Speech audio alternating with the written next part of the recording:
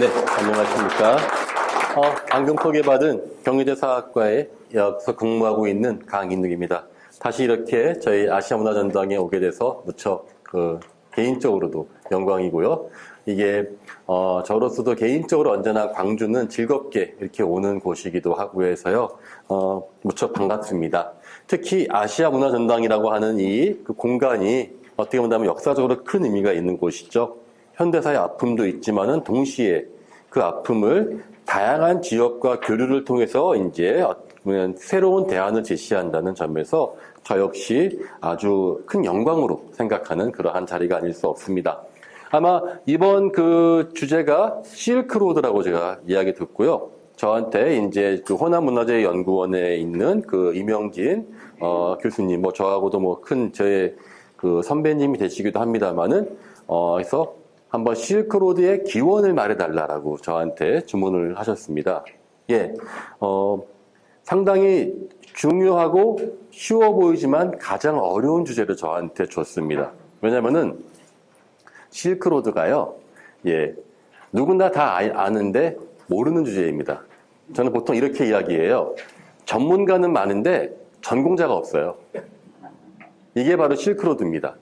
왜냐면요, 사실 실크로드의 기원이 무엇이냐라고 하면은 그것 가지고도 저는 아마 한 학기를 해도 끝나지 않을 정도로 엄청나게 많은 양인데요. 그건 단순하게 복잡해서가 아니라 하나를 바라보는 관점이 너무나 달라서 그렇습니다. 그래서 오늘 제가 크게 세 가지의 이야기를 할 겁니다. 첫 번째는 현대, 즉 근대 이후에 19세기 말부터 어떻게 실크로드라고 하는 것이 서구 열강들에 의해서 만들어졌는가, 1번. 2번, 우리가 전통적으로 알고 있는 중국과 로마 길 있지 않습니까? 그 실크로드가 무엇이냐, 아까는 중국의 비단길이죠. 세 번째는 진짜 실크로드, 고고하게 밝혀주는 실크로드는 무엇인가. 요 세 가지인데요. 저한테 주어진 시간은 1시간 20분입니다. 최대한 압축해서 빨리 달려보도록 하겠습니다. 먼저 저희가 이제 주의해야 될 게 중앙아시아하고 실크로드 뭔가 닮아 보이죠? 예. 사실은 중앙아시아와 실크로드는 보통 같은 이야기를 말하는데요. 실크로드라는 이 의미 아마 선생님들 다 아실 겁니다. 비단을 통해서 중국과 로마가 왔다 갔다 했다. 하지만 놀랍게도요. 실크로드라고 하는 개념은 지금 정확하게 규정된 것이 없습니다. 유네스코에서 실크로드는 누구든지 문명 간의 집단 간의 교역의 루트를 있으면 다 실크로드로 붙일 수 있다라고 했어요. 그래서 요즘에는 누가 철의 실크로드, 무엇의 실크로드, 스페인까지 가는 사람도 있고 아프리카 가는 경우도 있고 중국은 정화의 그 원정 부대가 아프리카까지 갔다. 요즘에 일본은 아예 실크로드가 쭉 이어져서 사할린 앞바다로 해서 일본으로 간다. 정리가 안 돼요. 근데 또한 실크로드 이외에 중앙아시아라고 하는 개념이 또 있습니다. 중앙아시아는 엄밀히 말하면은 유럽과 아시아 사이에 있는 그 땅입니다. 한마디로 이렇게 표현 드릴게요. 저희 왜 등 간지러우면 이렇게도 안 닿고 이렇게도 안 닿는 부분이 있죠? 그게 중앙아시아입니다. 예. 그렇게 이해하시면 됩니다. 왜냐면은 아주 넓은 지역이에요. 근데 대충 손 한번 닿는 것 같긴 한데 이게 잘 닿지가 않아요. 그래서 둘은 같은 개념입니다. 즉 제가 지금 오늘 이야기하는 실크로드는요. 먼저 이야기합니다. 전통적인 실크로드다. 즉 예전에 중국과 로마라고 이야기했었던 그 사이에 있는 중앙아시아를 이야기하겠다는 것을 미리 말씀드립니다. 그러니까 전통적인 실크로드죠. 그래서 이게 보이는 것이 이제 우리 그 우즈베키스탄에 있는 아프라시아 벽화, 카자흐스탄의 그 황금인간이 우리나라에 왔었던 그러한 그 그림입니다. 예, 한동안은 꽤 우리나라한테는 이 북방에 대한 그러한 그 관심들이 많았는데 요즘에는 좀 그런 게 영 없긴 한데요. 그럼에도 불구하고 우리에게 중요성은 너무나 중요한 것이죠. 큰 것이죠. 먼저 키워드는 중앙아시아는 현대에 만들어졌다라고 하는 키워드를 말씀드리고 싶습니다. 아까 말한 것처럼 손이 닿지 않는 부분이라고 이야기했었죠. 예, 실크로드라는 말은요, 서방에서 많이 씁니다. 서방에서 영국이나 미국이나 즉 이 지역을 지배하지 않는 사람들이 그렇게 이야기를 해요. 반면에 여기를 중앙아시아라고 이야기하는 사람들이 있습니다. 그거는 소련을 비롯한 이 지역을 실질적으로 지배하는 사람들이 이야기하는 것입니다. 자, 그 차이만 염두에 두셔도 충분하게 오늘 제 수업, 제 강의에 이미 반은 이해하신 겁니다. 자, 중앙아시아라는 나라, 동네가 어떻게 해서 전 세계 문명의 중심이 되었냐. 거기에는 놀랍게도 고선지 장군이 있었습니다. 고선지 장군이 8세기 때 탈라스 전투, 아마 들어보셨을 겁니다. 탈라스가요, 여기 키르기스탄하고 카자흐스탄 요 사이 요 언저리에 있는 계곡입니다. 여기에서 최초의 중국과 이슬람 왕조 간의 전쟁이 일어나죠. 아바스 왕조하고. 그래서 중국이 집니다. 그러면은 여기가 다 아랍 왕조가 되었을까요? 그렇지 않습니다. 아랍도 한번 전쟁해보니까 여기서 전쟁했다가는 자기도 같이 죽겠어요. 아랍도 후퇴합니다. 중국도 후퇴하고요. 그러면 둘 다 후퇴하면 여기 누가 삽니까? 원래 있었던 이 지역 사람들이 살아버립니다. 그래서 이때부터 중앙아시아 만들어졌고요. 뭐 18세기에 징기스칸은 뭐 안 간 데가 없죠. 예. 자, 청나라가 신강을 지배하는데요. 이게 바로 현재 우리가 중국이라 알려진 신강성 일대입니다. 이 일대가 저희가 지금은 중국이라고 하는 영토에 묶여 있지만요. 신강성, 뜻이 새로운 영토란 뜻입니다. 근데 원래 이름은 따로 있습니다. 혹시 원래 이름 아시는 분 계실까요? 신강성의 원래 이름. 예, 원래는 동투르키스탄입니다. 투르키스탄, 튀르크인들의 땅이다. 근데 여기 서쪽에 있는 스탄들이 있죠. 이게 서투르키스탄, 동쪽은 동투르키스탄입니다. 저는 지금도 영어나 이제 러시아 말을 쓰는 저는 꼭 가급적이면은 동투르키스탄이라고 쓰고 괄호치고 이제 신강이라고 쓰긴 합니다. 예. 자, 근데 여기서 중국 땅이냐? 이게 또 논란이 있는 게 청나라의 주인이 누굽니까?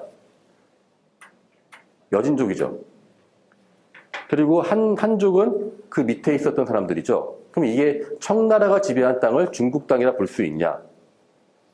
그렇게 말한다면은 일본이 한국을 지배한 상태에서 만들어 놓은 만주국도 한국 땅이 될 수 있다는 또 뜻이 되겠죠. 물론 이제 그렇게 이야기하면 한 사람 없습니다만은 그래서 최근에 여기에 대해서는 이제 중국은 청나라 여진족은 우리 민족이니까 다 우리 땅이다라고 이야기하지만 여전히 다른 나라에서는 거기에 대해서 상당히 뭐라 그럴까 동의를 잘 안 하는 경우가 있습니다. 자, 그 다음에 19세기에 그 유명한 The Great Game이라는 것이 벌어집니다. 게임. 뭐 게임 좋아하시는 분들은 이거 왜 무슨 게임입니까? 이거는 참 잔인한 그 용어예요. 서로 땅 따먹기를 하면서 수만 명의 사람들이 죽었거든요. 근데 그거를 게임이라고 붙였습니다. 어쨌든 뭐 그레이트 게임은 전문 용어니까요. 그 당시에 팽창하는 러시아가 있었습니다. 러시아. 자, 그 다음에 여기 인도. 그 당시엔 인도, 파키스탄 다 포함해서 영국이었죠. 자, 여기서 우리가 이제 구호가 나옵니다. 가자 북으로, 오라 남으로, 만나자 중앙아시아에서. 여기서 한판 붙습니다. 100년 동안 싸웁니다. 100년 가까이. 여길 누가 차지하나 싸우는데, 그래서 결국은 최후의 승자는 러시아가 됩니다. 러시아가 다 차지해버리고, 아프가니스탄은 이 인도, 영국과 러시아의 완충지대가 됩니다. 지금도 아프가니스탄이 싸우고 있는 겁니다. 여기는 답이 없습니다. 예. 자, 그렇게 해서 보면 됐죠. 그 다음에 이제 소련이 됩니다. 소련이라는 나라는 공식적으로는 소비에트 연방을 추구하면서 다 우리는 사회 동포다라고 이야기합니다만은 언제나 그렇듯이 우리는 모두 동포다. 단, 우리가 슬라브인들이 알아서 하겠다. 슬라브인 밑으로 붙어라 그 뜻이 되겠죠. 그러면서 이 스탄들을 만들어내는데 이게 바로 게리맨더링. 아시죠? 왜 이렇게 선거구 막 이렇게 이상 야릇하게 자기한테 유리하게 하는 거요? 현재의 국경이 만들어진 게 100년이 안 됩니다. 스탈린 시절에 자기가 임의로 구웠습니다. 그 말은 무슨 말이냐? 여기는 원래 유목민들입니다. 영토가 없어요. 계속 왔다 갔다 하기 때문에 영토라는 게 있으면 안 되죠. 하지만 거기에다가 이렇게 교묘하게 선들을 그어서 잘게 쪼개놨습니다. 이 쪼개는 용도의 목적은 무엇이냐? 슬라브인들, 러시아인들이 이 지역을 효과적으로 정복하기 위해서 이렇게 갈라놓은 것입니다. 아마 카자흐스탄 제일 땅이 넓죠. 네, 이 땅이 왜 넓은지 잘 모르실 거예요. 카자흐라는 그 말이요, 뜻이 뭔지 아십니까? 예, 공식적으로는 자유인이라고 하는데 제가 조금 더 적나라하게 이야기할게요. 그냥 오랑캐예요. 국적이 없는 사람들. 내 나라가 있죠. 나라 바깥에 있는 사람들 있죠? 그걸 다 통틀어서 카자흐라고 통칭합니다. 한마디로 여기는 오랑키 민국입니다. 좀 이렇게 똑같은 나라가 있습니다. 바로 우크라이나입니다. 우크라이나는 무엇입니까? 변방 민국입니다. 크라이의 뜻이 변방이에요. 그리고 우크라이나도 누가 있었냐? 코사크 기병들이 있었죠. 코사크와 카자흐는 어원이 비슷합니다. 같습니다. 누구에 속하지 않은 이유는 이 사람들이 저기 국가에 영향이 미치지 않는 데 사는 사람들입니다. 근데 이 사람들이 어떻게 갑자기 큰 땅을 갖게 되었냐면요. 이 땅의 절반 정도가 원래 시베리아였습니다. 시베리아. 그래서 시베리아, 그런데 그 도스토옙스키라는 그 유명한 문호 있죠? 문호가 실제로 현재 카자흐스탄에서 근무했어요. 근데 이 사람은 시베리아로 왔다고 생각을 했는데 나중에 카자흐스탄이 돼버렸죠. 그럼 왜 이렇게 스탈린 주석은 왜 이렇게 크게 떼어줬을까요? 마음씨 좋아서가 아니라 바로 그 밑에 있는 우즈베키스탄을 경계하기 위해서입니다. 이 지역의 전통적인 맹주는 우즈베키스탄이었습니다. 그들을 잘게 쪼갠 겁니다. 쉽게 말하자면은. 그래서 카자흐는 유목민족, 우즈베키스탄은 농경민족이라 인구도 많습니다. 생각도 달라요. 카자흐는요, 딱 저희랑 비슷한, 약간 몽골 사람 비슷한 사람들인데요. 우즈베키스탄은 머리 곱슬곱슬하고 약간 이게 눈썹도 짙은 사람들이거든요. 그래요. 키르기스탄, 이 사람들은 여기 이 나라가 왜 있는지 모르겠어요. 라고 해도 크게 틀리지 않습니다. 왜냐면은 키르기스탄 자체는 여기는 산악입니다. 우리나라로 말하면 딱 강원도예요. 강원도. 3분의 2가 강원도 땅입니다. 여기는 굳이 말하자면은 강원 민국을 만들어준 거예요. 이 사람 자체는 원래 여기 사람들도 아니고 시베리아에 있던 사람들이 내려온 사람들입니다. 왜 만들어줬냐고요? 마찬가지입니다. 우즈베키스탄을 경계하기 위해서. 그래서 우즈베키 사람이 많은 땅을 일부러 키르기스탄에 넣고 키르기스탄 사람 많은 사람 일부러 우즈벡에 넣어서 서로 계속 분쟁이 나는 것이 얼마 전까지 뭐 안디잔이라는 도시에서 폭동나고 그랬었거든요. 다 그런 이유입니다. 서로 이거 영국도 그렇게 말했었죠. 디바이드 앤 룰. 서로 갈라치기 하고 서로 싸우게 한 다음에 나는 통치한다. 이게 영국만의 이야기가 아니라 바로 우리가 알고 있는 실크로드의 현실입니다. 예. 그리고 여기 뭐 타지키스탄은 유일하게 그 페르시아 계통 사람입니다. 나머지는 다 튀르크 사람들입니다. 터키 계통이에요. 튀르크. 터키랑 카자흐스탄, 우즈베키스탄 말 다 통합니다. 예, 심한 사투리 정도 돼요. 근데 우즈베키스탄하고 터키하고 신강의 위구르족들은 가장 비슷하고요. 카자흐랑 키르기스탄 비슷해요. 그거는 농경민족 튀르크족, 튀르크족 정도입니다. 그래서 한 2, 3개월만 살면은요, 다 그냥 말하고 다 통할 정도로 한답니다. 예.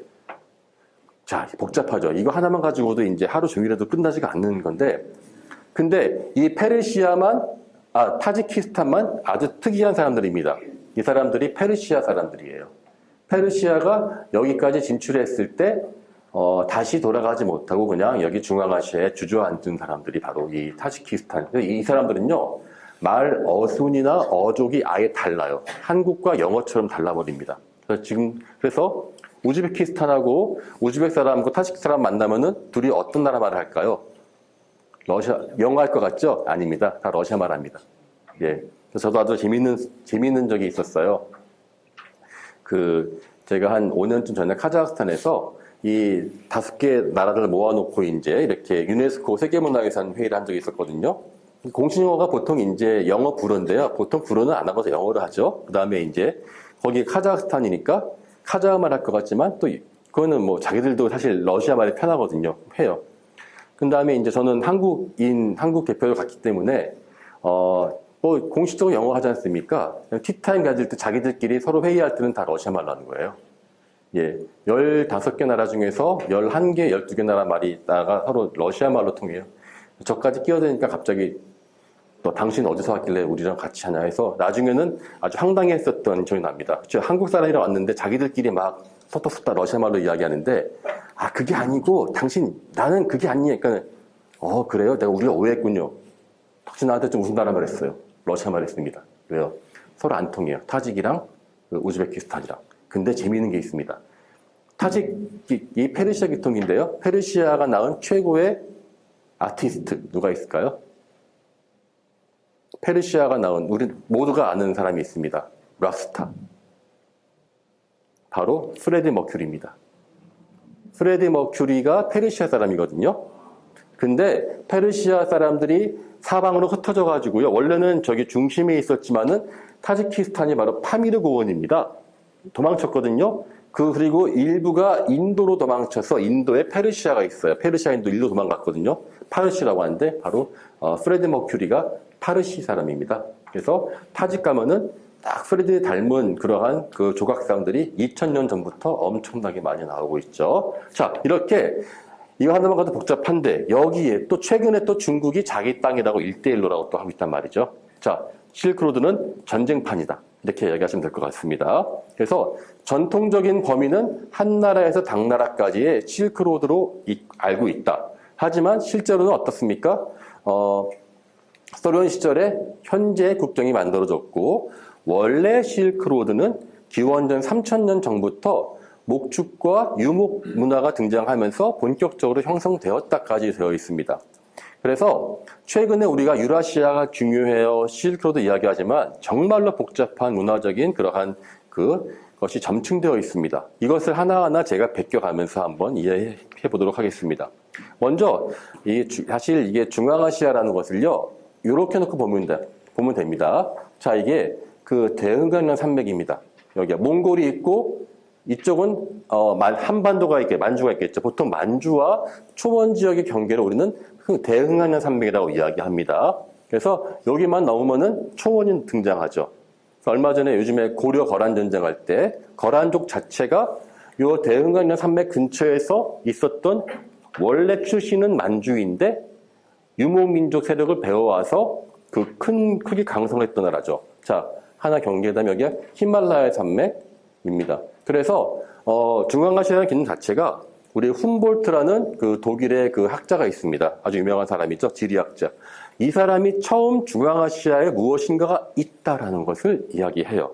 그렇게 해서 현재 우리가 알고 있는 중앙아시아는 5개 나라. 카자흐, 우즈베, 투르크메니스탄, 키르기스탄, 타지키스탄. 제가 아까 이야기 안 했죠. 투르크메니스탄. 제가 안 가본 데가 없이 다 가봤는데요. 여기만 못 가봤습니다. 예.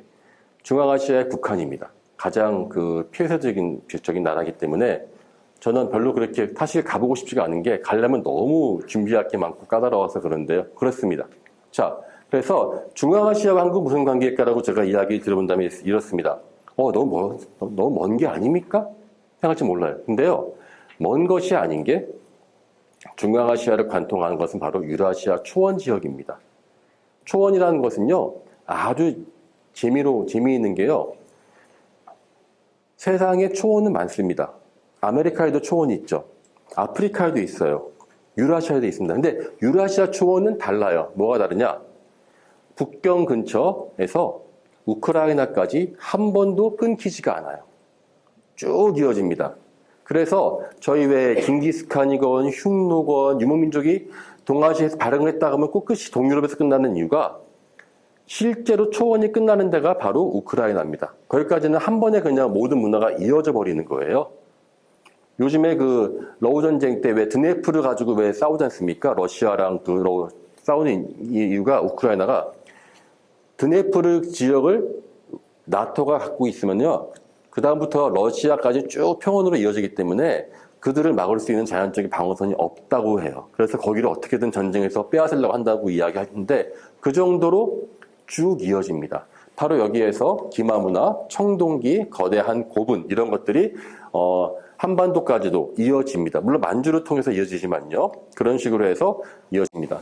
자, 본격적으로 이제 제가 이 실크로드가 무엇인지를 한번 이야기해 볼까 합니다. 그런 말씀들을 많이 해요. 실크로드 하면 떠오르는 게 무엇입니까? 하면은 낙타, 캐러반이 끝도 없이 가는 길을 말합니다. 네, 초원의 길은요. 이 현재 이게 지금 신강성, 간수성, 돈황하고 여기 이렇게 이어지는 이게 바로 천산산맥인데요. 유라시아 초원의 길은 원래 요 북쪽으로 이어집니다. 바로 북쪽이 알타이 산맥입니다. 그러니까 우리가 알고 있는 초원은 알타이 산맥으로 가면 돼요. 근데 왜 캐러반이 낙타가 지나갈까요? 그 말은 초원으로 가는 길을 흉노가 막았기 때문에 갈 수 없는 사막을 억지로 길을 내서 갔기 때문에 그것이 실크로드라는 이름으로 남은 것입니다. 즉 원래 길은 초원의 길이 가장 좋습니다. 그게 메인 루트죠. 근데 초원의 길이 막혀버리니까 그 대신에 유목민들은 못 가는 사막을 통해 길을 뚫겠다라고 하는 그 엄청난 발상을 한 것이 바로 지금 우리가 알고 있는 실크로드입니다. 예. 자, 그래서 요거는 크게 이제 길 자체가, 아까는 길은 맨 밑쪽이 서역 남도예요. 이거는 가운데 사막이 있습니다. 타클라마칸 사막. 별명이 이게 한 번 들어가면 뜻이 나올 수 없다 뜻입니다. 예. 이 길은, 예, 진짜 힘든 길입니다. 참고로 요 중간을 가로지르는 길이요. 최근에 중국에서 길을 뚫었어요. 근데 그 길도 아주 험난하고요. 한번 요 길을 넘어가려면요. 그 지프 같은 있죠. SUV에다가 생수를 가득 채우고 기름 가득 채우고 넘어가야지만 넘어갈 수 있고 중간에 모래폭풍 불면은 좀 어렵다. 그렇게 말을 할 정도 힘들어요. 자, 그러니까 요 사막을 피해서 가는 겁니다. 남쪽 길. 그 다음에 북쪽 길이 있습니다. 이거는 서역의 북쪽인 동시에 천산산맥의 남쪽이 되는 것입니다. 예, 이 하나 또 있죠. 그 다음에 그 북쪽은 천산산맥은 이게 지금 만년설에 덮여 있어요. 요 북쪽으로 가는 천산북로, 요 세 가지의 길이 있습니다. 세 가지밖에 없는 건요. 이거 이외에는 갈 수 있는 길이 없어요. 예. 자, 그래서 이 길은 원래 있는 길이 아닙니다. 이 지역에 독자적으로 존재했었던 오아시스를 뚫고 가는 길이었기 때문에 이게 나오는 길이니까 그렇기 때문에 험난한 길입니다. 자, 그리고 실크로드에서 나오는 또 한 특징은 뭐냐면요. 철저하게 명품 위주의 길이 됩니다.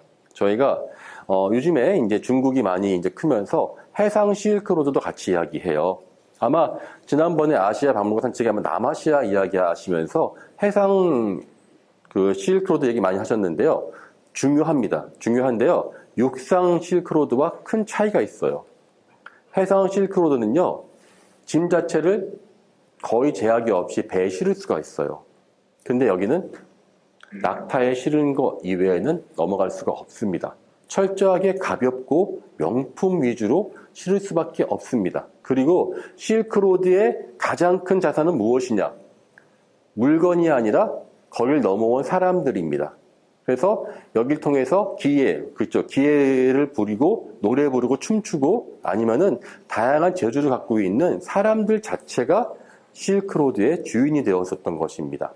예, 요 길들은 한번 나중에 선생님들 기회 되시면은 답사를 한번 다니시면 좋을 것 같아요. 자, 요걸 제가 조금 더 아까 제가 보여드린 게 바로 이 부분이 되겠습니다. 이걸 좀 더 넓혀봤어요. 그래서 전통적으로 중국의 장안에서 로마까지 가는 길이다라고 이야기하는데요. 바로 천산산맥을 통과하는 루트, 그 다음에 더 동쪽으로는 감숙성에서 장안, 현재 서안이죠. 서안에서 돈왕을 통해서 가는 여기가 아주 큰 협곡이에요. 길이 하나밖에 없습니다. 그래서 요 길을 넘어가는 과정은요, 뭐 이야기지만 서유기, 삼장법사와 손오공의 서유기 보면은 옥문관 넘자마자 갑자기 막 요괴들이 나오고 화염산 나오고 하지 않습니까? 바로 그것이 이와 같은 전통적인 그러한 그 길을 말하는 것입니다. 자, 이걸 제가 좀 더 넓게 해봤어요. 그래서 이거를 최근에는 다양하게 자기가 각자 길을 이어서 어떤 사람들은 이 육상 실크로드를 해상으로도 잇기도 합니다. 아까 말했지만 이거는 누가 맞다 틀리다 그렇게 말을 할 필요가 없는 것입니다. 각자 자기가 이어서 일본은 육상 실크로드 가다가 배 타고 건너가서 일본까지 갔다라고 이야기하기도 하고 요즘 중국은 여기서 다시 배 타고 한 바퀴 삥 돌아서 아프리카까지 갔다라고 이야기하죠. 예, 그거는 각자의 마음이기 때문에 보는 대로 하면 되겠습니다만은 중요한 거는 각 실크로드는 각자 보는 만큼 연구하는 만큼 보인다입니다. 그래서 어디까지가 정답이 아니라 어떻게 내가 이 실크로드에 참여할 것인가가 더 중요하다라고 이야기합니다. 더 많은 정보를 가진 자가 실크로드의 주도권을 차지하는 것이죠. 한국은 그런 점에서 본다면은 실크로드에 대한 관심은 많은데 실질적인 정보를 제공하는 사람들이 거의 없었다는 것이죠. 예, 놀라운 반전이 또 하나 더 있습니다. 실크로드라는 말, 비단의 길, 역사책에서 안 나옵니다. 이것도 만들어낸 말입니다. 근대 이후에. 자, 그걸 바로 이 리히트호펜이라고 하는 그 독일의 지리학자가 만들었어요. 이 사람이 19세기 말에 이 이야기를 만드는데요. 이렇게 비하면 될 것 같아요. 독일이라고 하는 나라의 승명과 관련되어 있습니다. 1차, 2차 대전이 난 이유는 독일이 식민지가 없기 때문에 일어났다고 보는 게 많습니다. 그래서 영국과 프랑스와 다른 나라들이 다 이제 차지했는데 독일이 뒤늦게 발응해서 뛰어들려니까 이미 식민지는 가져갈 게 없다. 너희 거 빼앗겠다라고 하는 데서 일어난 것이 바로 식민지, 그러니까 이 세계 대전인데요. 독일은 뒤늦게 이제 프로이센이 성장하면서 어떻게 하면 우리는 식민지 가질 수 있을까? 이미 해상으로 나아가는 길은 다른 유럽 국가가 다 차지해버렸다. 여기에 리히트호펜은 하나의 답을 제시합니다. 우리는 육상으로 가자. 독일에서 시베리아를 거쳐가지고 육상으로 중국까지 갈 수 있을 것이다. 근데 지금이야 갈 수 있죠. 하지만 이게 19세기 말입니다. 이거, 뒤에 안 닿는 부분. 어떻게 여기를 내가 이룰 수 있겠어요? 라고 하자, 이 사람이 그때 자기 책에 이렇게 이야기합니다.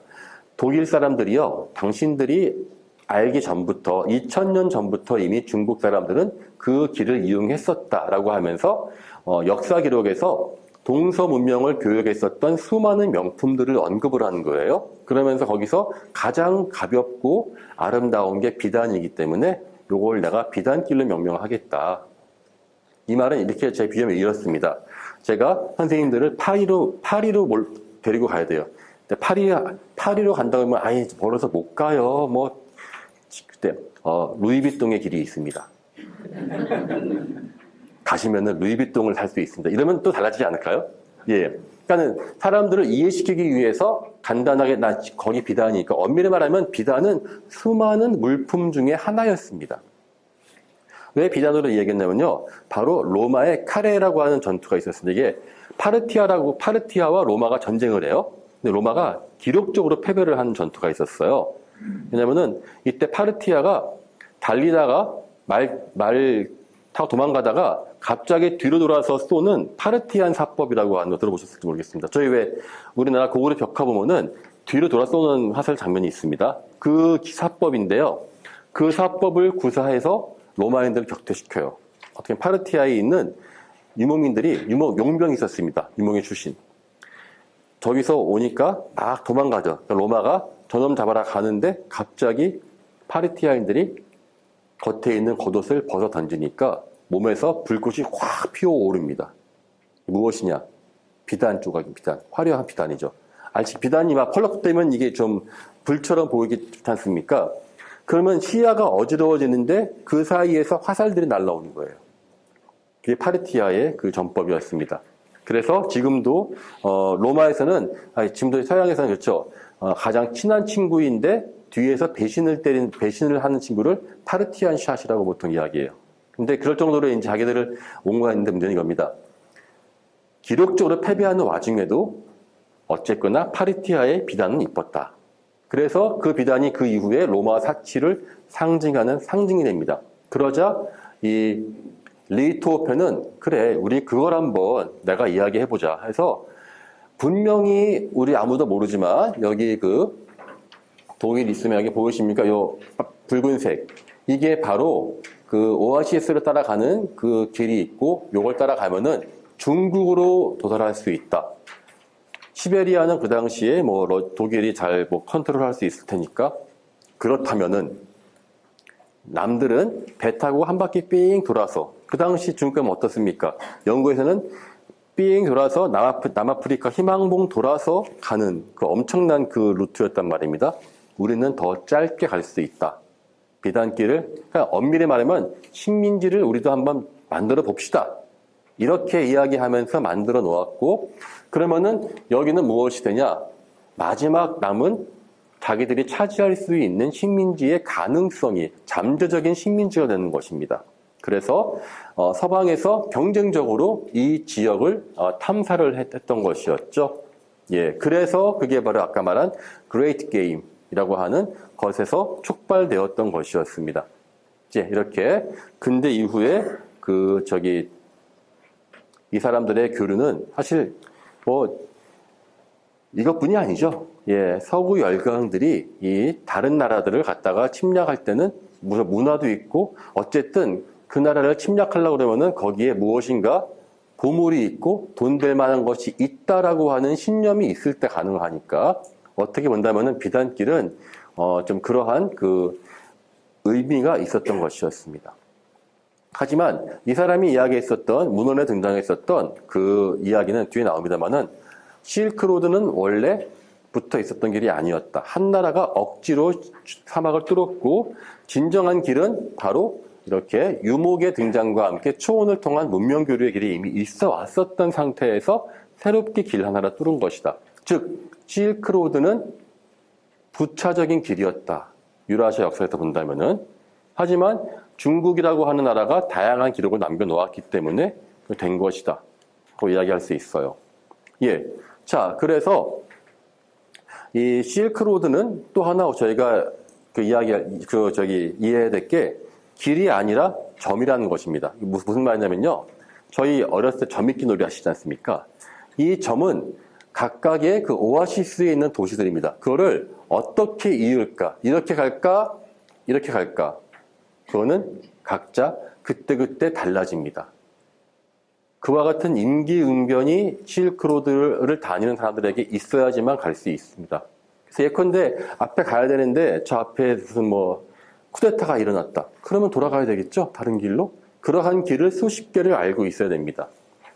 자, 이거는 한마디로 언제 죽어도 이상할 게 없는 그러한 엄청난 위험을 가지고 다니는 길이었습니다.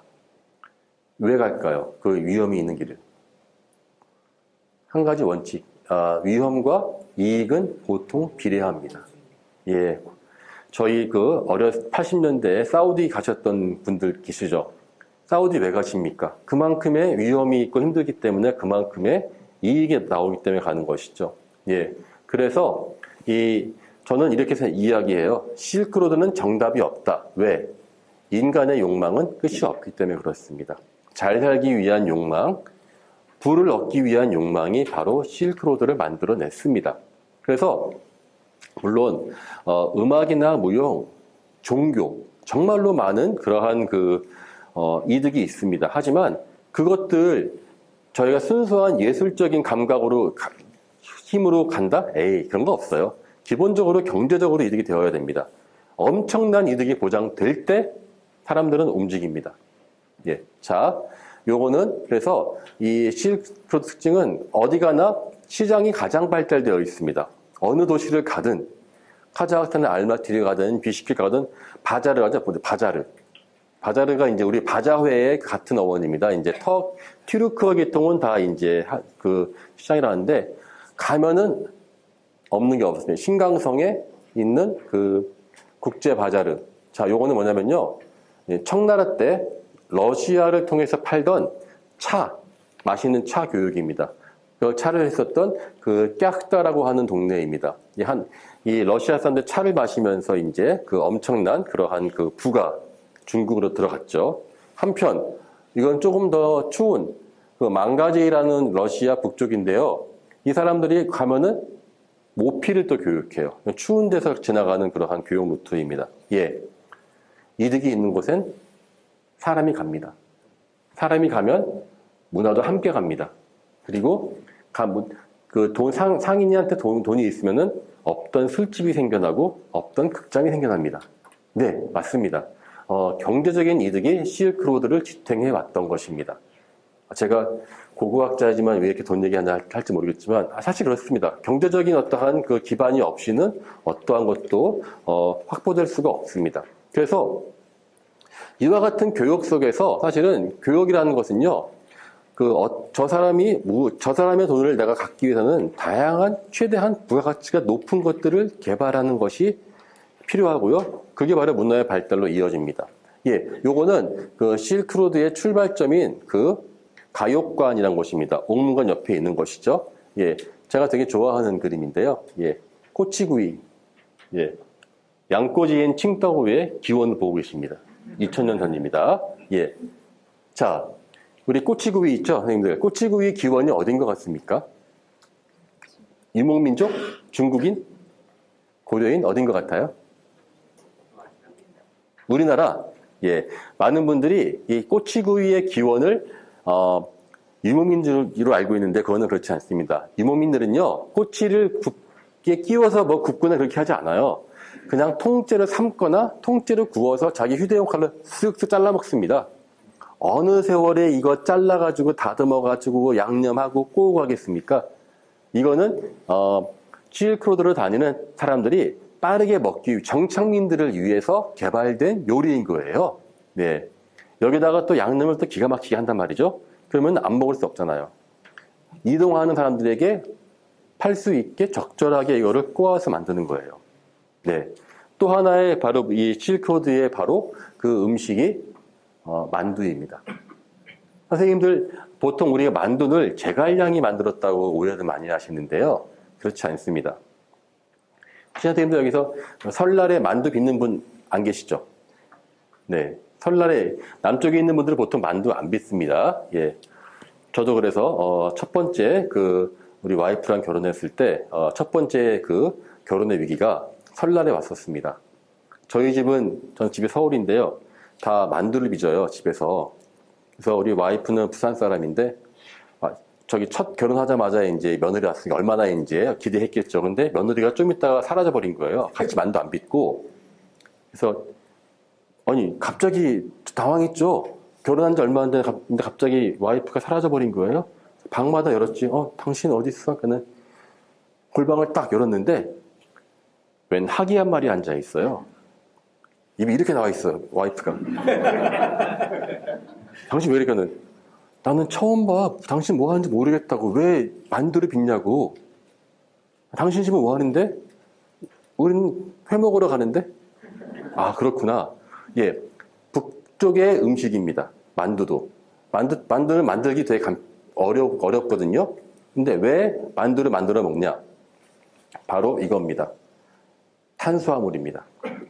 자, 우리가 유목민족하고 정착민족 하면은 유목민들은 오랑캐로만 생각하잖아요. 그거는 정착민들의 만들어 놓은 잘못된 프레임입니다. 자, 생각해 보세요. 제가 농사를 지어요. 제가 짓는 농산물을 누가 제일 비싸게 살까요? 유목민들입니다. 그러면은 내가 맨날 사방에 깔려있는 양고기 수백 마리씩 키우는, 양손 키우는 저기 사람들한테는 그 양고기를 누가 제일 비싸게 살까? 예, 양꼬지의 칭따오를 먹는 정착민들일 것입니다.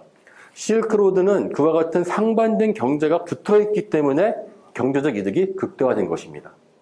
그 와중에서 서로에게 좋아할 만한 요리들을 만들어냈죠. 바로 만두가 그런 것입니다. 저희는 탄수화물 귀한 줄 모르거든요. 그런데 유목민족 가면요, 탄수화물과 야채가 정말 귀해요. 제가 한국에 있으면 보통 무슨 갈비찜 먹으면은 서울 가면은요, 갈비 맛찜이 돼요. 갈비는 한 두어 개밖에 다 야채밖에 없는데, 몽골 가시면요, 양고기 찜을 보시면은 양고기 이만한 솥에 다 양고기밖에 없고 감자 두 알 딱 꽂혀 있어요. 진짜 귀해요. 근데 만두는 어떻습니까? 이거를 탄수화물과 그 안에 고기가 같이 섞여 있죠. 지나가다가 간단하게 내려서 끓여 먹으면은 모든 걸 먹을 수 있어요. 그래서 고려시대 때 가장 귀한 음식이 만두였었거든요. 그 모든 게 바로 우리 고려가 이거 있죠. 쌍화점. 쌍화점에 갔더니만은 회회야비, 위구르 사람이죠. 그 당시는 이게 최고급 음식점이었습니다. 네. 지금 말한 꼬치구이, 만두, 그 다음에 또 하나, 국수. 이것도 저희 얼마 전에 그 다큐멘터리 있었죠? 누들로드. 바로 누들로드가 바로 실크로드를 통해서 왔던 것입니다. 한 나라보다 훨씬 이전에 4,000년 전에 이미 들어온 것이죠. 왜? 내가 가장 필요로 한 물건들을 가장 값싸게 공급할 수 있는 사람들이 옆에 있는 곳, 바로 그것이 실크로드가 됩니다. 저희가 알고 있는 수많은 호자 들어가는 물건들, 호떡, 후추, 호도 많죠. 그 모든 것이 이 실크로드를 통해서 들어온 것입니다. 경제적 이득은 이와 같은 문화 교류를 촉발시켰습니다. 이거는 상당히 저희한테는 중요한 문화의 교류의 동인이 될 수밖에 없는 것이죠. 예, 이 사람은 알타이에 있는 2,500년 전의 그 사제인데요. 아주 머리를 길게 해서 마치 몽골의 가채 보는 것 같지 않습니까? 이분은 이제 그 미이라를 발견한 사람인데, 참고로 이 사람은 지금 머리가 다 대머리예요. 머리를 빡빡 밀고 그 위에 이렇게 가채를 얹었거든요. 근데 가채 안에다가 보니까요, 자잘한 곡물 알갱이가 막 뿌려 있었어요. 바로 곡물 알갱이는 풍요로움을 상징하던 상징이었던 것이죠.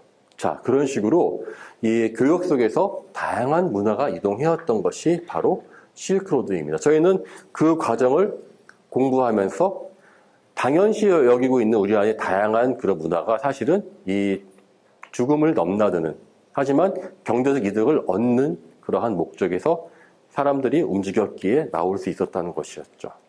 예. 자, 그래서 요걸 좀 정리해보면 있습니다. 실크로드는요, 사실은 서구 열강하고 러시아, 중앙아시아, 중국, 둘이 완전 다르게 인식한다는 것만 먼저 말씀드리겠습니다. 자, 아까 제가 이야기했었죠. 실크로드라는 말 자체를 좋아하는 사람들은 원래 서구 열강들이다. 왜냐면 이렇습니다. 현재 이 지역을, 그러니까 현재라는 20세기를 말하는 겁니다. 소련, 러시아죠. 러시아가 차지했다. 하지만 나는 그거 인정하지 않을래. 뭐예요?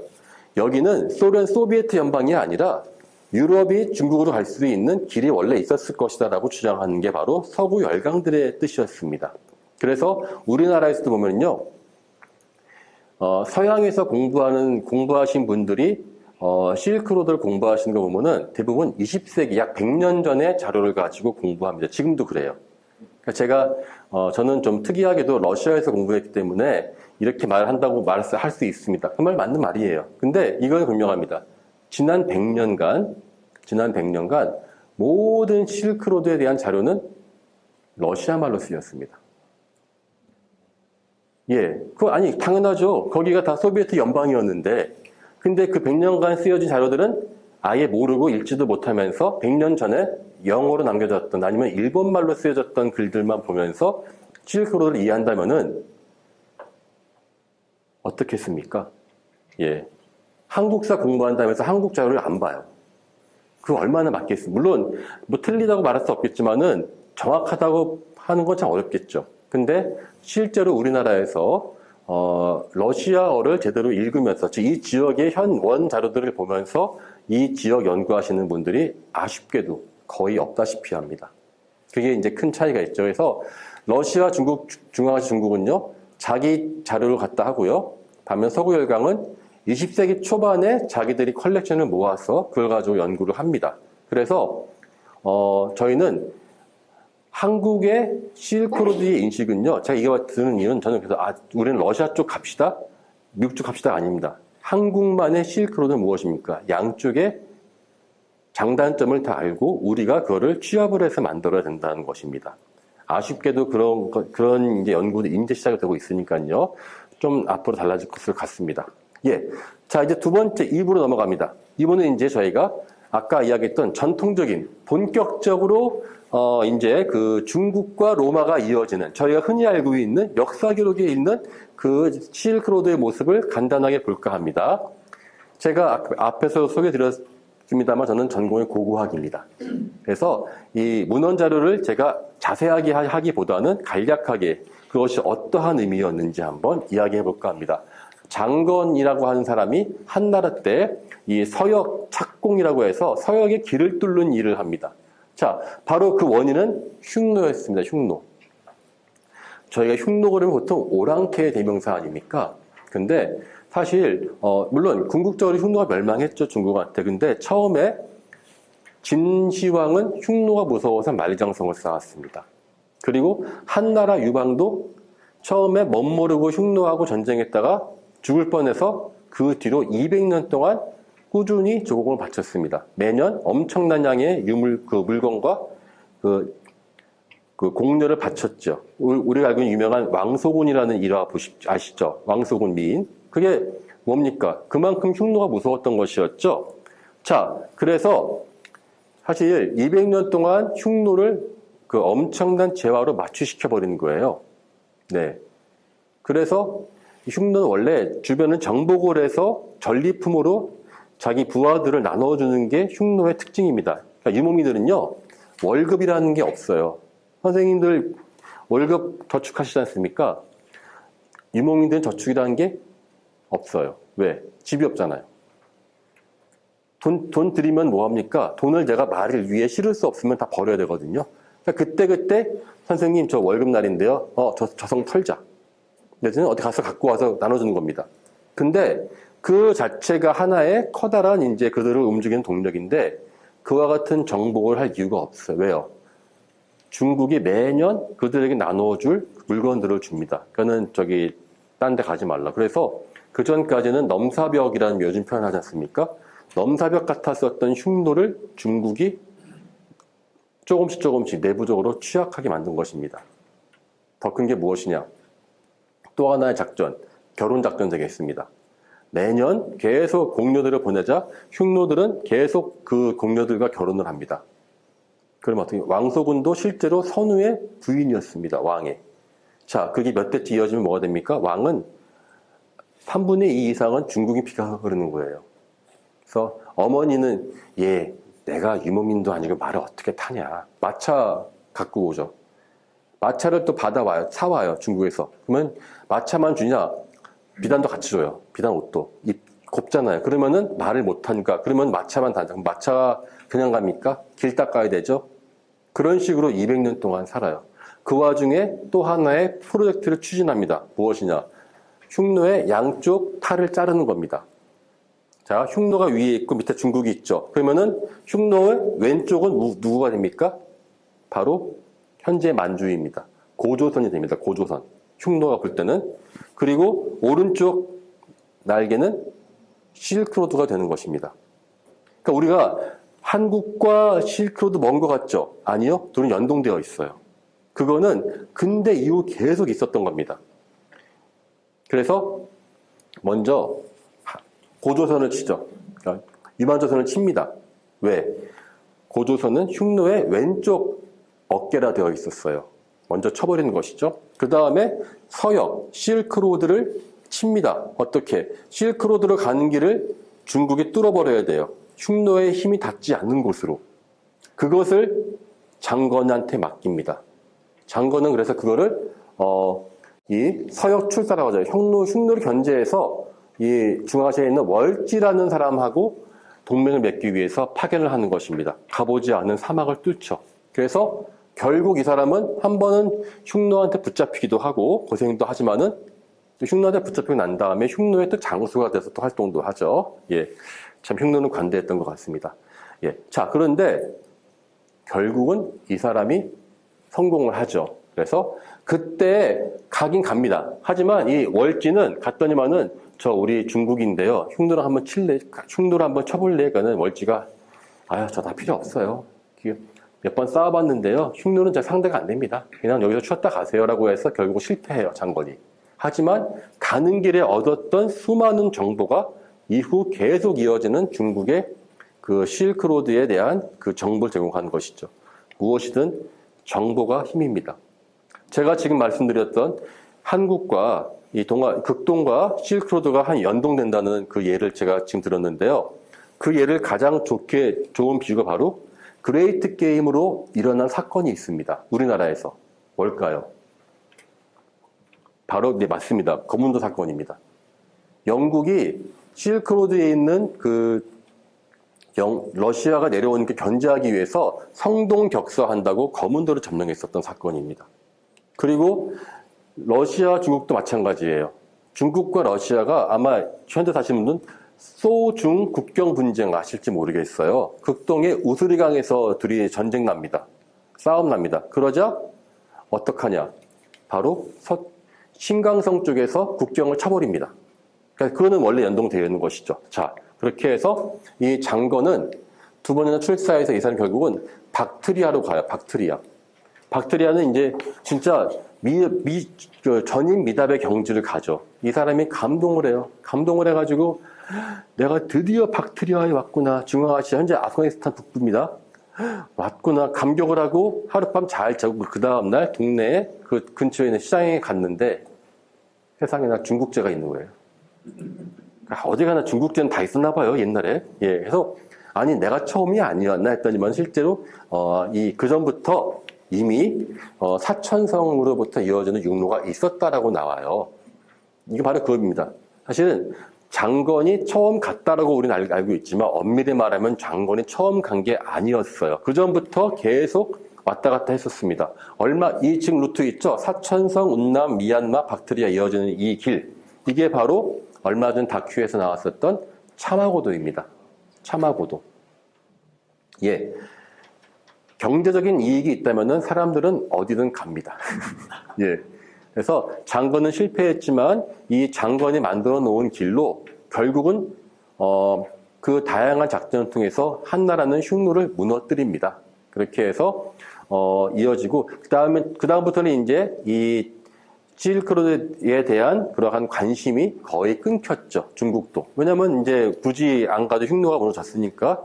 그리고 당나라가 되어서야 다시 가요. 당나라가 되어서야 다시 또 실크로드를 가는데 중앙아시아를 그때도 지금 아까 말씀드렸던 고구려 계통의 고구려 유민 고선지가 장군이 돼가지고요 진출을 합니다. 하지만 탈라스 전투에서 져가지고 결국은 거기서 멈춰버리고 다시 후퇴를 해버립니다.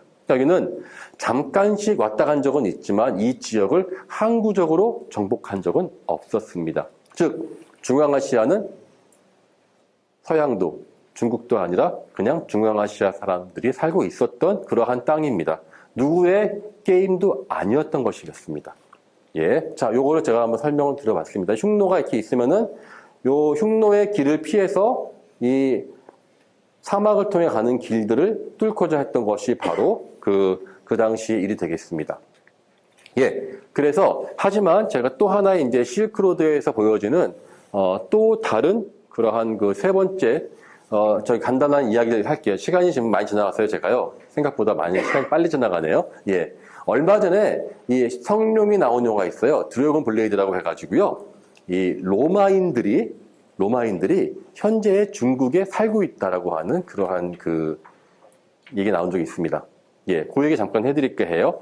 그래서, 중국에 현재 그 감숙성 근처에 로마인이 있다. 이 사람 보세요. 닮았죠, 로마인. 예. 이 사람 닮았죠, 로마인. 예. 그래서 이거 가지고 이 일인즉슨 이 호모 덥스라는 사람이 있는데 이 사람이 그 중국에 있었던 선교사의 아들입니다. 그래서 아까 말했었던 비단을 발견했던 카레 전투 있죠. 거기에서 패한 로마 군인들이 흉노의 그 부대가 되었다가 다시 한나라한테 패해서 현재 여기에 감숙마을에 정착을 했다라고 이 사람이 주장을 합니다.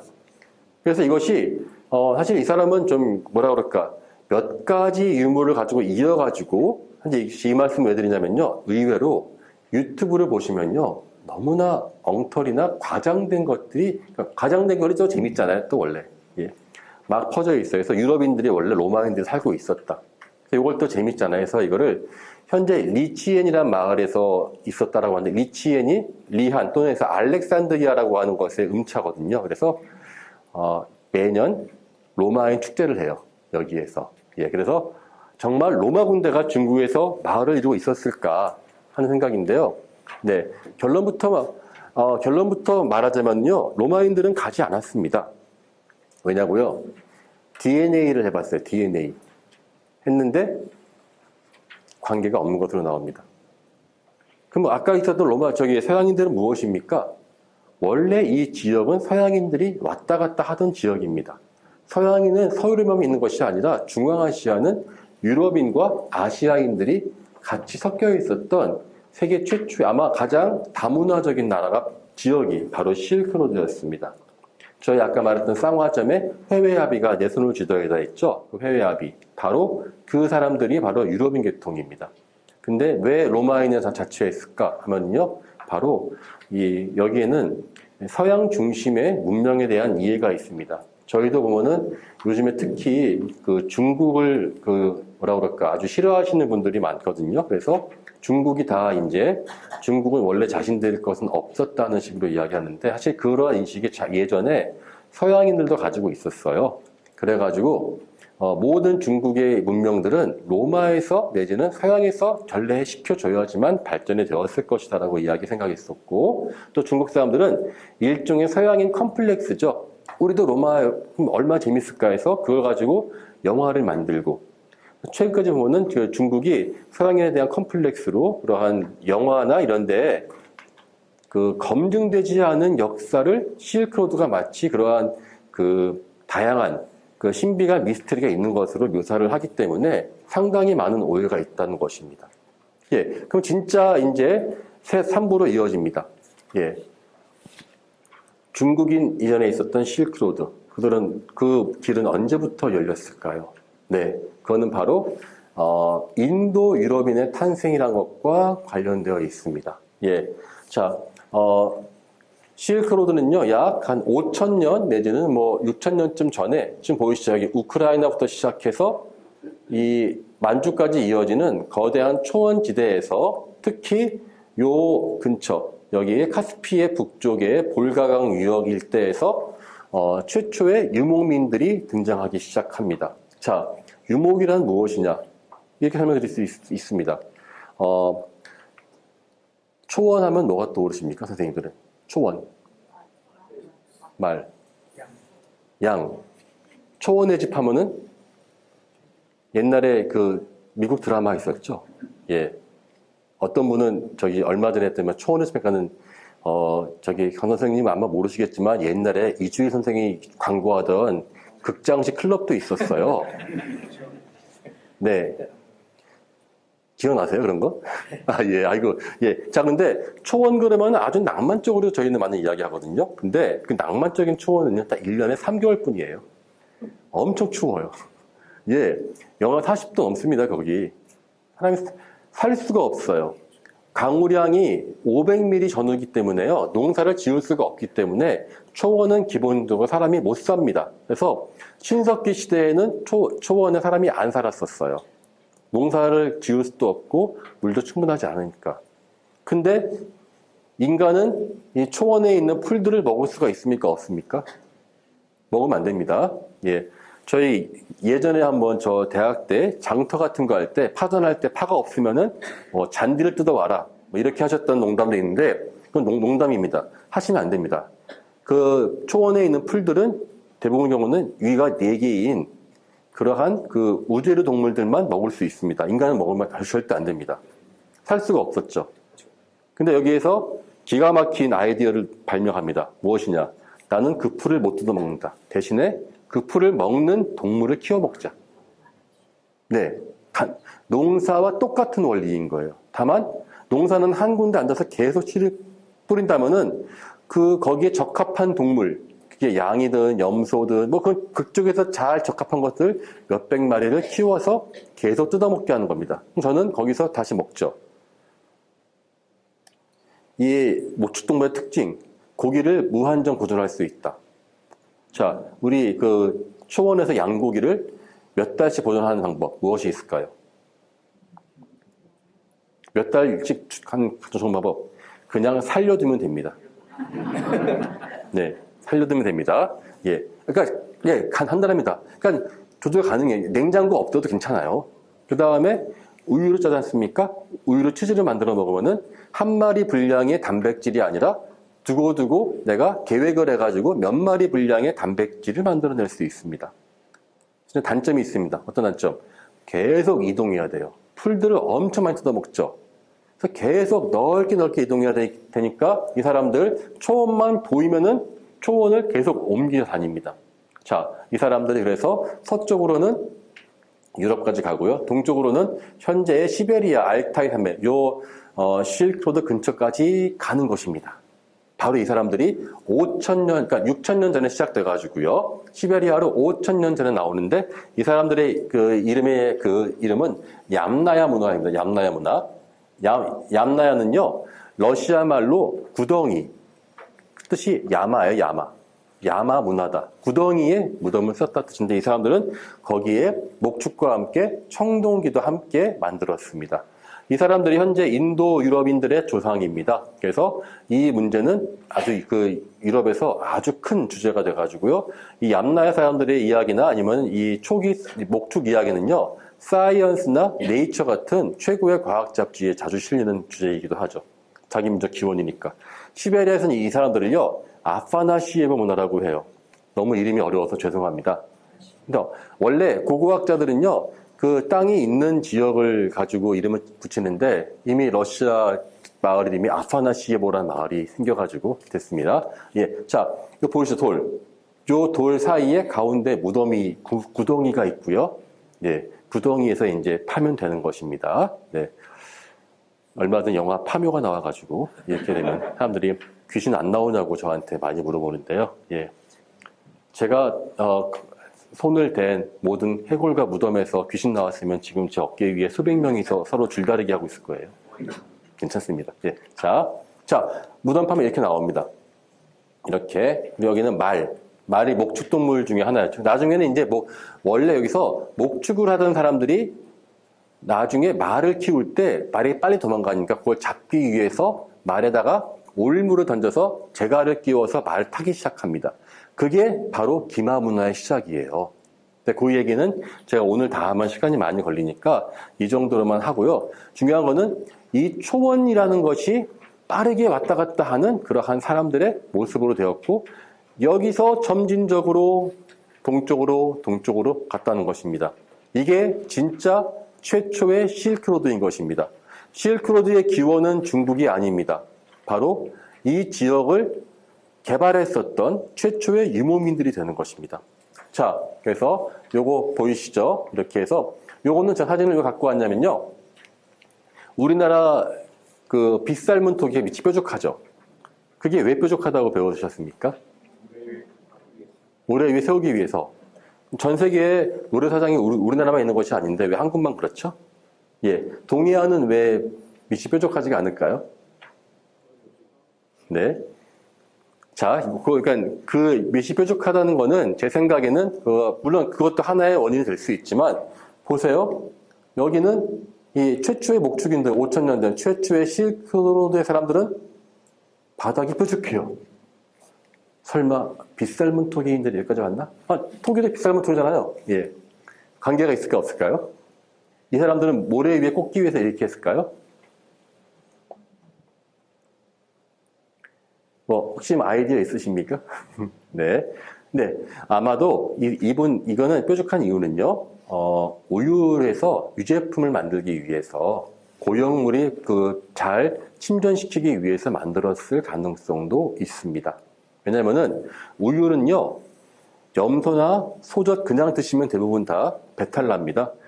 금방 상해요. 얼른 계속 저어서 휘핑크림처럼 만들어서 요구르트를 만들어 먹는단 말입니다. 그러면은 계속 이 밑에서 이제 이것이 잘 고용물들이 밑에 굳어지게 만드는 효과를 이게 나올 수 있습니다. 왜 이 말씀 해드리냐면요. 지금 말씀드린 최초의 실크로드의 유목민들의 토기의 바닥을 조사해 보니까 유제품의 흔적이 발견되었습니다.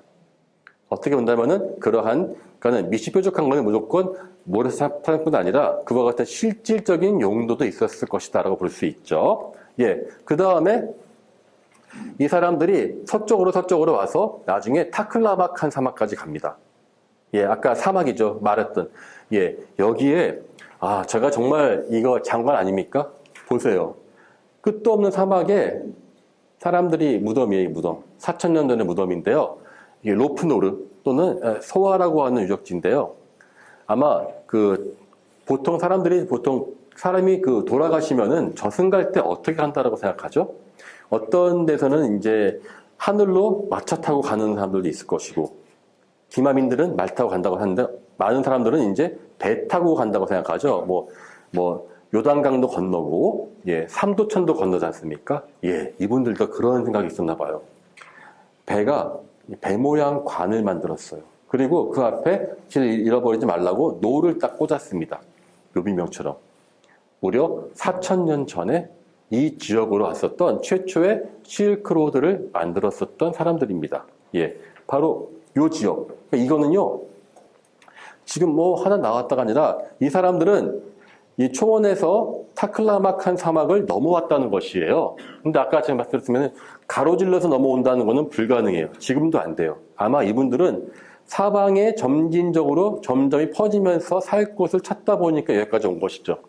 여기 왔다는 건 무엇을 의미하냐? 이 주변 곳곳에 사람이 살만한 곳에는 다 이미 이 최초의 실크로드의 사람들이 퍼져 있었을 것이라는 것입니다. 저희가 지금 생각하는 오아시스의 도시들, 이때 만들어진 것입니다. 그분들의 생긴 것은 어떻게 생겼냐? 바로 건조하니까 미이라가 잘 돼 있어요. 참고로 저희 미이라 하면 이집트만 떠올리시는데요. 이집트만 미이라 있는 것이 아닙니다. 한국도 있고요. 사방에 다 있는데요. 실크로드의 미이라가 훨씬 더 상태가 좋아요. 왜냐면은 이집트의 것은 다 내장을 드러내고 처리를 한 것인데, 이거는 처리하지 않았는데 이렇게 추운데 완벽하게 옷을 입고 누워 계신데, 보고 나니까 아까 인도 유럽인 계통이라고 이야기했었죠. 이와 같은 그 사람의 모습이 나왔습니다. 이걸 보고 어떤 분들은 배우 닮았다는 말씀들을 많이 하세요. 배우. 그래서 소피아 로렌 닮았다. 저는 옛날에 그 미국 드라마 있었습니다. 600만 불의 사나이하고 같이 나왔던 소머즈 닮았다. 각자 자기가 알고 있는 어떤, 제 학생한테 물어보니까 무슨 걸그룹의 현아라는 아가씨가 있다고 하던데 닮았다. 하여튼 좋습니다. 일단 누가 봐도 이게 이제 그 인도 유럽인 계통인 건 분명합니다. 그리고 이 사람들은 이렇게 이분 같은 경우는 이런 식의 그러한 그 전형적인 유러피언 계통이 나왔는데요. 실제 DNA를 해보니까 이 사람들의 그 몸에는 상당히 많은 그 전형적인 인도 유럽인 플러스 동아시아, 아시아인들도 계속 섞여서 발견되기 시작했다입니다. 그래서 이분이 보면은 그 모든 게 잘 남아 있어가지고 분석해 보니까 상당히 삶 자체는 쉽지 않았을 것이다. 계속 모래 바람 불죠. 그럼 기관지가 안 좋아지거든요. 기관지가 안 좋아지면 뭘 먹냐? 마황을 먹습니다. 마황을 달아서 먹는데요. 마황이 바로 에페드린 성분입니다. 그러니까 지금은 안 그러는데 옛날에 저희가 감기약 먹으면 취했죠. 저 녹화되면 안 되는구나. 감기약 많이 먹으면 왜 운전하면 안 된다고. 그게 다 이 마황, 에페드린 때문에 그런 거고, 마황이 환각도 일으키지만 기관지를 넓혀주거든요. 아마 이분도 같이 발견됐어요. 마황 줄기가. 평생 같이 이거를 다려 먹으면서 사셨던 걸 알 수 있겠죠. 그래서 험난하지만 거기에서 생존에 살아남았다. 그리고 이 사람들은 나중에 아까 말했던 것처럼 국수와 여러 가지 기술들을 함께 동쪽으로 전하는 그러한 사람들이었다. 근데 놀랍게도 이 사람들은 바로 우리는 최초 인민들은 토하르라고 그래요. 토하르. 토하르는 나아가서 저기 당나라 때는 소그드인, 우리가 그냥 원나라 때는 생목인, 우리나라 고려가에 나오는 회외아비, 다 저희 서역에 있는 좀 이국적인 사람들의 가장 원조가 되는 것입니다. 그 문법도 인도 유럽어, 영어와 같은 문법을 구사하는 그러한 그 사람들 되겠습니다. 자, 여기서 이제 국수와 함께 이때 맥주도 전해집니다. 왜냐면 이때 보리가 같이 전해져요. 보리가. 이 동아시아로. 그래서 보리로 술을 만들었으니까 맥주도 같이 전해되었을 것이다라고 생각할 수 있고요. 여기가 국수가락인데요. 물론 이 맥주는 현재 우리 먹는 그러한 청량감 있는 그 맥주가 아니라 막걸리 같은 걸쭉한 액체인데 그 원료만 이제 보리였을 것이다라고 생각하죠. 자, 근데 놀랍게도 이 유물이 현재 한국에 있어요. 이게 참 반전의 반전인데, 우리 곁에 바로 우리나라 국립중앙박물관에 현재 전시 중에 있어요. 이 유적에서 나온 유물을. 그 답인즉슨 이게 이 지역을 아까 서양하고 사방에서 이 탐사했지 않습니까? 뒤늦게 일본도 오탄이라고 하는 그 부잣집, 아주 그 귀족이 탐험대를 만들어서 이 지역으로 사람들을 보내요. 우리도 일본도 유물을 갖고 오자고. 근데 아무런 준비가 안 돼 있으니까 이 무덤이 어디 있다는 걸 모르고 현지 주민으로부터 이걸 사와요. 이 유물들을. 아까 봤었던 그 유물들을. 그리고 이 오타니가 결국은 파산합니다. 하도 돈을 많이 써가지고. 그러자 이 사람의 유물을 조선 총독부에 팔아요. 그래서 조선 총독부가 현재 우리나라가 수량으로 보면은 전 세계에서 실크로드 갖고 있는 그 순위가 8등인가 7등인가 하여튼 되게 높아요. 우리도 본의 아니게. 근데 이게 좀 웃기는 게 오타니 컬렉션이 이게 저는 어떻게 보면 우리나라에서 큰 운인 게 만약에 일본이 1억 옥세를 외치면서 원자탄을 맞아서 갑자기 망하지 않았다면 어땠을까? 이런 유물도 다 일본 본토로 빼돌렸겠죠. 예. 저기 한번 중국 보세요. 중국. 그 모택동하고 장개석 전쟁할 때 장개석이 지니까는 다 유물들 가지고 실어서 날렸지 않습니까? 대만으로, 타이완으로. 다행히도 한국은 그와 같은 역사가 일어나지 않았어요. 그래서 이게 우리나라에 있었습니다. 근데 이게 정확한 용도를 모르는 채 꽤 오랫동안 있다가 2014년도에 저도 같이 참여했었는데요. 이 유물들을 다시 창고에서 꺼내가지고 최근에 발굴 자료와 비교해서 이것은 아까 봤었던 최초의 그 실크로드의 사람들의 그 무덤에서 나온 것이 맞다는 것을 같이 결론을 내리고 이렇게 전시를 현재 이렇게 하고 있습니다. 한번 서울 가시면요. 이건 2층에 있습니다. 좋은 점, 1층은 사람들이 많지만 2층은 없다. 3층은 이게 3층 있어, 3층. 3층은 더 없습니다. 예, 그래서 편하게 보실 수 있을 것 같습니다. 자, 이렇게 최초의 실크로드를 연 사람들은 서양계입니다. 그렇다고 해서 현재 서유럽 사람들이 아닙니다. 이 지역에 토착으로 있었던 사람들이고요.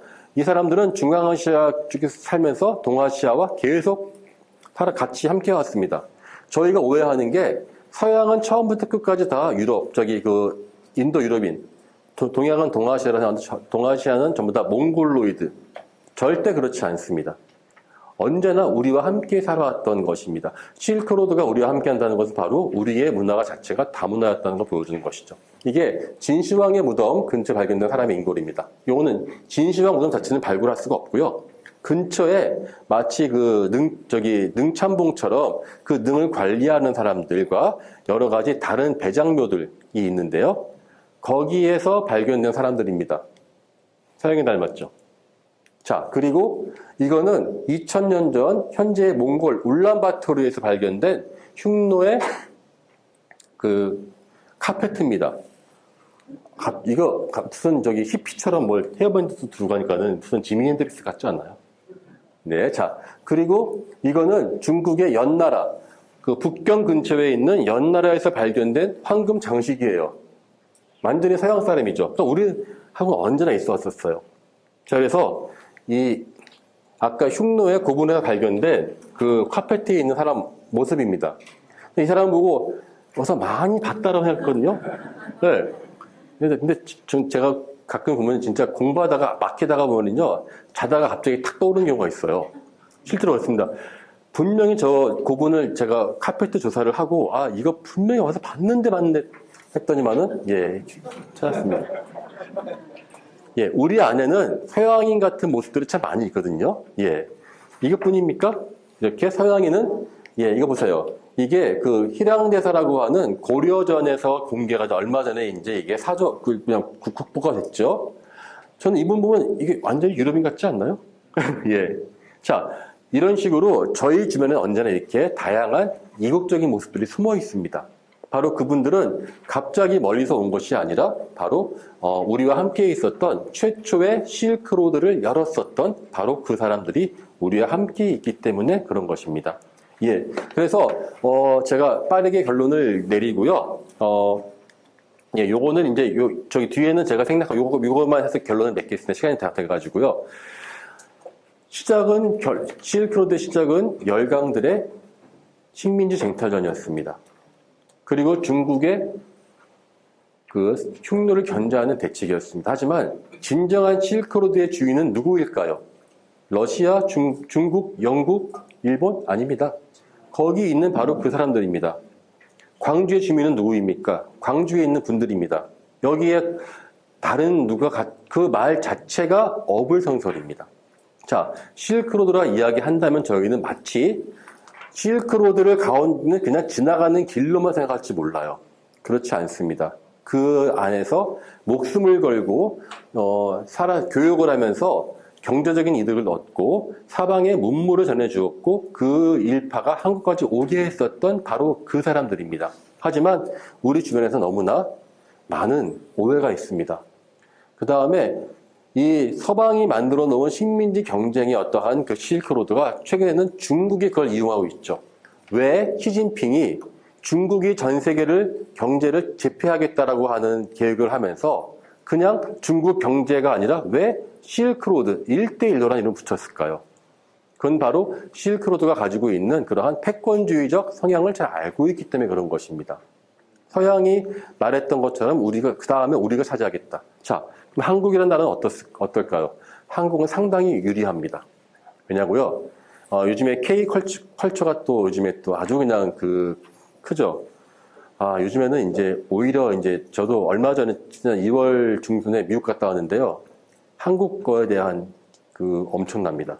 중앙아시아 쪽은 말할 것도 없고요. 근데 중앙아시아의 사람들이 단순하게 노래를 좋아하는 것도 나서 한국을 되게 좋아하는 가장 큰 이유가 한국은 다른 나라를 실질적으로 침략해 본 적이 없는 사람들입니다.